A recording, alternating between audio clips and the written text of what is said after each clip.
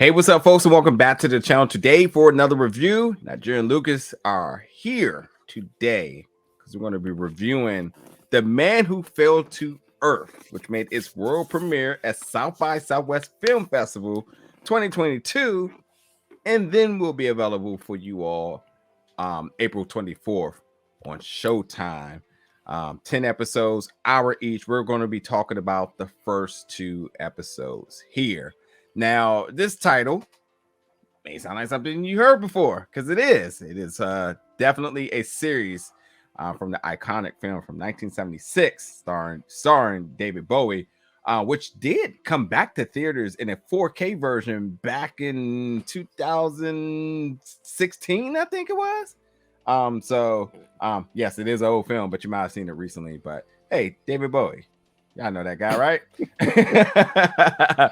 But this time I'm just going to start off before we even talk about what it is saying like it's not even close. This is extremely better than that. And that's not a comparison that I usually like to make because generational differences, but like I gotta call it for what it is. I was really impressed with this. The screening was pretty late at night, and it woke me up, and I was like, oh, because I didn't think I was gonna make it, but I was thoroughly impressed, and I think that was just telling that I was by my entertainment of it, to say the least. Because I'm gonna get Lucas some time to get in there to say like I was impressed by this. So, sir, what you got for me? Well, the point you said, it's almost leaps and bounds better than the movie, which is ranked as one of the best sci-fi movies ever made. Says a lot for it. I mean, this is the second television adaptation of it, if I'm not mistaken. Yeah, this is the second one. It feels like a sequel more than something based off of the book. Again, the book came out in the 60s, one of the best sci-fi books ever written.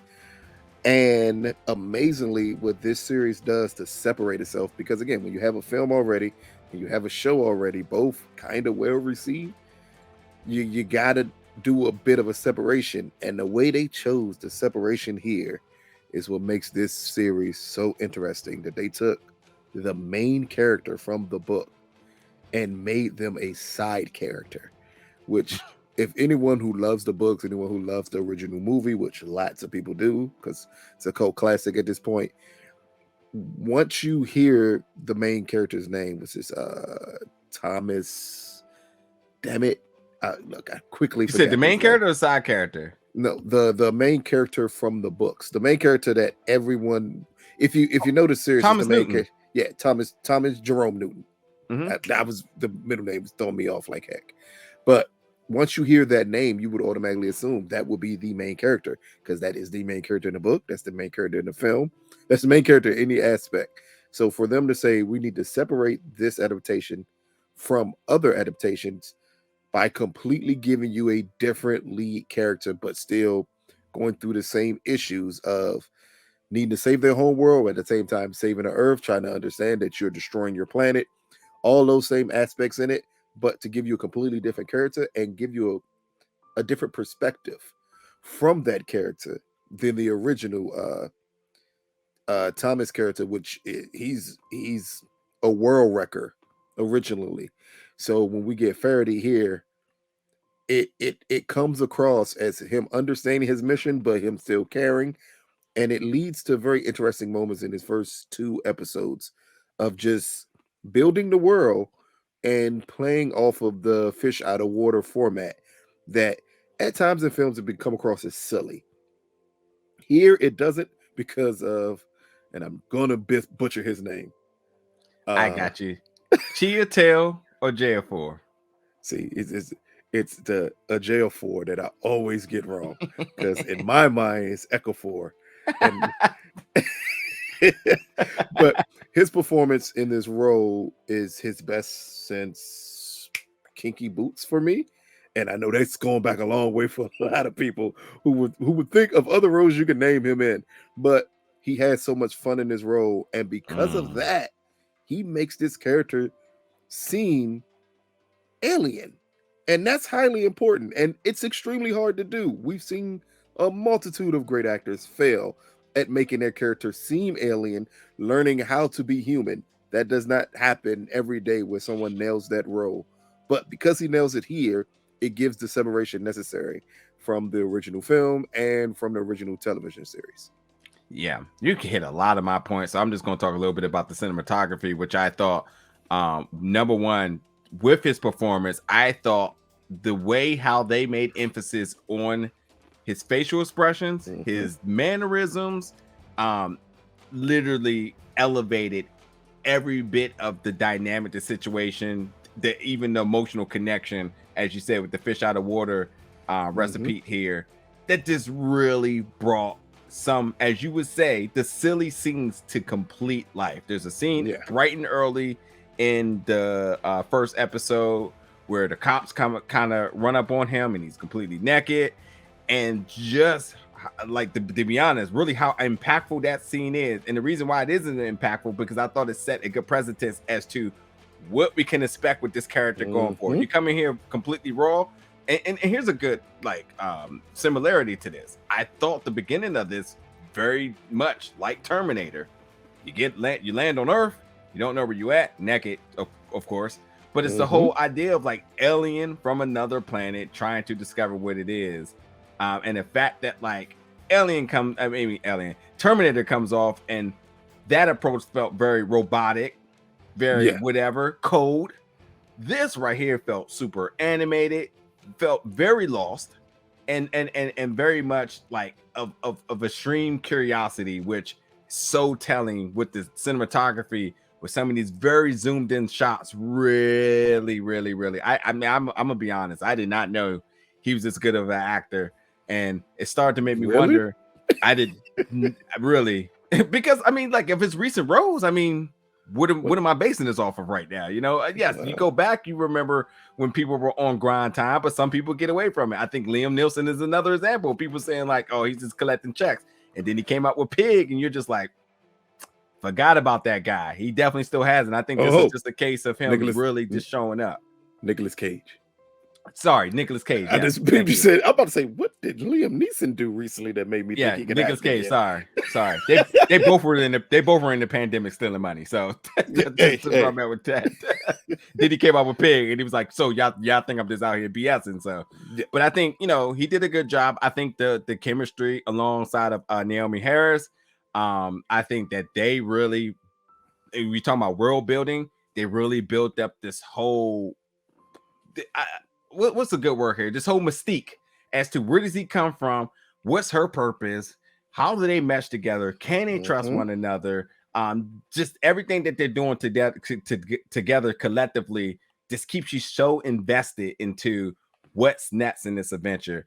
And then the last thing I'll say is the special effects. I think that it was very much instant in this. Some of the very, very bright opening scenes that they clearly had a good allotment of money invested into this, because it looks very good. And then you got this tornado scene that I thought looked really good. There's just a lot of different good scenes that the special effects I thought really delivered. So 2 episodes in, and even what you were saying in the beginning about the potential of where this can go, considering how this differs from the other material, is intriguing. I'm definitely here to say this is a go out your way to watch for me come April 24th. This was impressive for the first 2 episodes. Well, the key thing is, I mean, this series is spearheaded by at this point you call him Mr. Star Trek, which is Alex Kurtzman, who like at this point the amount of product he's producing in this sci-fi genre is amazing. From Discovery, which if you have a problem with it, some people do, you could, but you can't play down the world building that he does in that. Picard, the world building he does in that. Even if you go back to Fringe, the first show he created, and understand that this is a guy who knows how to do different quirks in sci-fi to get people who may not be into sci-fi interested in the show. And that's what this comes across as, is a show that, while it is as sci-fi as humanly possible, based off of one of the greatest sci-fi novels ever, at times you may forget you're watching an actual sci-fi based show. Yeah. because he understands that no matter how fantastic the world looks around the characters, you have to ground them enough that the everyday man can get interested in the show. Yeah. And that's what happens with every relationship in this show when it pertains to the characters. I mean, the point that Clark Peters is in the show, who to me is one of the greatest living actors going at it right now, and his role as Naomie Harris's father in it helps ground that character a lot, because it brings you back to the reality that yes, she's supposed to be this extremely smart character. She has this alien telling her she has a purpose, but in the end, she's just a daughter who needs her father to be healthy and needs her father to survive. That's where Alex Kurtzman goes, and how he builds things and how he can make a show great just by giving you those little tidbits of the individuals who are the main characters in the cast and saying, no, I'm gonna ground them in reality and get you hooked on that. And then I'm gonna hit you with the sci-fi stuff, as you said, with the tornado, with just that whole scene with him and Bill Knightley, who plays Thomas Jerome Newton in the show. That scene looks amazing. Yeah. And that's something that, again, you work great at if you have a huge budget, which this show clearly has a very healthy budget because they believe that they believe they have something here that could be considered great. Yeah. The flashbacks to their home planet, just visually like fascinating. And I will say this, because I did say in my notes that when I thought about Chiwetel's performance, it gives me the better version of Edgar, the Bug Man from Men in Black. Like, I look, listen. If his performance does not make you think about that, then you just, I don't know what to say. It's, but like, it's the facial expressions that do it. That's what really brings it home to make you say, "Oh, I remember a guy who used to do these type of things." Yeah.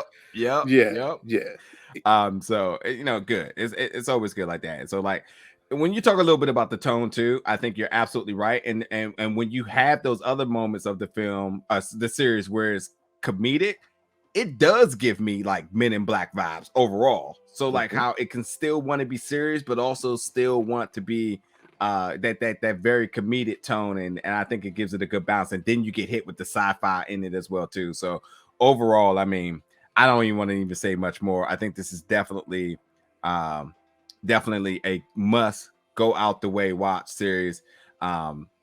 First episode really establishes the world. I think by episode 2, you're now further establishing characters, everyone's connections amongst one another, one's intentions, and you're furthering the world building. And I think that by the episode 2, because I know a lot of people got this 3-episode and I'm done sort of commitment, shall I say. I think by episode 2 it should be a no-brainer for you. For sure episode 1, but by episode 2 you should totally be invested to the point where you're like, oh my god, where does this go next? Whether you have never seen any of the previous ones, whether you're coming in here looking for a new show, I think by episode 2, especially with the big development at the end of episode 2 and how that development really can align certain characters beyond that, I think that it should just be enough curiosity and intrigue for one to say like, I need to see how this plays out. And we haven't seen episode 3, but I have a good train of confidence that episode 3 is really going to kick things into gear any further, because for 2 episodes in, super solid, super entertaining, and overall just a good series. So I can't say more than that. Then that means we got to go. So folks, totally check it out. The Man Who Fell to Earth, April 24th on Showtime, giving you 10 episodes. I don't really know the release schedule, but it is going to be 10 episodes. They are an hour each, and again, this made its world premiere at South by Southwest Film Festival 2022. Jump in the comments, let me know your excitement, your thoughts, your predictions, your love for the franchise, whether you are a fan of the books or the film, or that other mysterious other adaptation that came out that no one's talking about. Either way, let us know your thoughts about it all, and we'll see you around for more reviews very soon. Thank you for watching, folks.